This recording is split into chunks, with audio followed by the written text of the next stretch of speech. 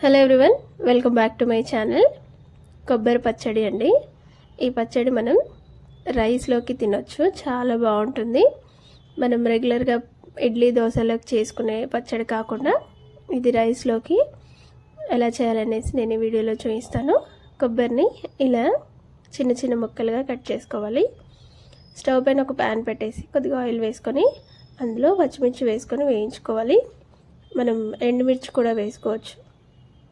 అందులో కొద్దిగా జీలకర్ర, వెల్లుల్లిపాయలు, కొద్దిగా చింతపండు వేసి అవి కొద్దిగా వేడెక్కిన తర్వాత మనం కట్ చేసి పెట్టుకున్న కొబ్బరి ముక్కలు వేసి లో ఫ్లేమ్లో ఒక 2 నిమిషాలు ఫ్రై చేసుకోవాలండి. ఇలా ఫ్రై చేసుకున్న తర్వాత మనం స్టవ్ ఆఫ్ చేసుకోవాలి. స్టవ్ ఆఫ్ చేసిన తర్వాత పూర్తిగా చల్లారాలండి. ఇవన్నీ చల్లారిన తర్వాత మనం మిక్సీ గిన్నెలోకి వేసుకొని మిక్సీ పట్టుకోవాలి.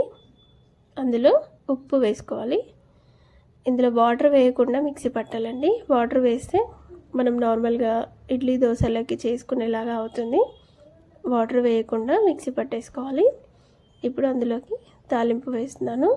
ఆయిల్ వేసుకొని జీలకర్ర, ఆవాలు, ఎండుమిర్చి, కరివేపాకు వేసి మనం గ్రైండ్ చేసుకున్న పచ్చి కొబ్బరి మిశ్రమాన్ని కూడా వేసి అంతా ఇలా కలిపేసుకోవాలి. ఈ పచ్చడి చేసుకోవడం చాలా సింపుల్ అండి, అలాగే తొందరగా కూడా అయిపోతుంది. ఎప్పుడైనా తినాలి అనిపించినప్పుడు ఇలా చేసుకోవచ్చు. 5-10 మినిట్స్లో అయిపోతుంది. మీకు పోపులో పప్పులు కావాలన్నా కూడా వేసుకోవచ్చు. కొందరు ఇష్టంగా వేసుకుంటారు కదా, అలా కూడా వేసుకొని చేసుకోవచ్చు. చాలా బాగుంటుంది. అంతే అండి, కొబ్బరి పచ్చడి అయితే రెడీ అయిపోయింది. మీకు ఈ వీడియో ఎలా అనిపించిందో కామెంట్ చేయండి.